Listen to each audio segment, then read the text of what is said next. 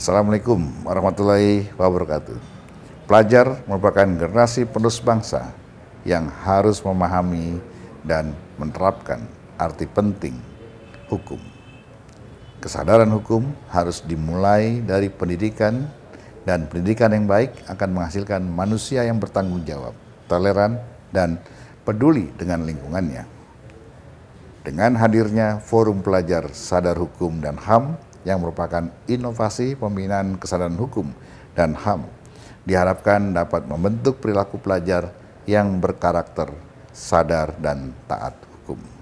Saya Bambang Satyo, Ketua MPR Republik Indonesia, mengucapkan selamat dan sukses kepada pelajar Jawa Barat yang telah mengikuti pembinaan kesadaran hukum dan HAM dan dinobatkan sebagai Duta Hukum dan HAM Jawa Barat. Semoga peristiwa ini menjadi kekuatan dan energi baru untuk sebuah perubahan. Sadar hukum itu keren. Wassalamualaikum warahmatullahi wabarakatuh.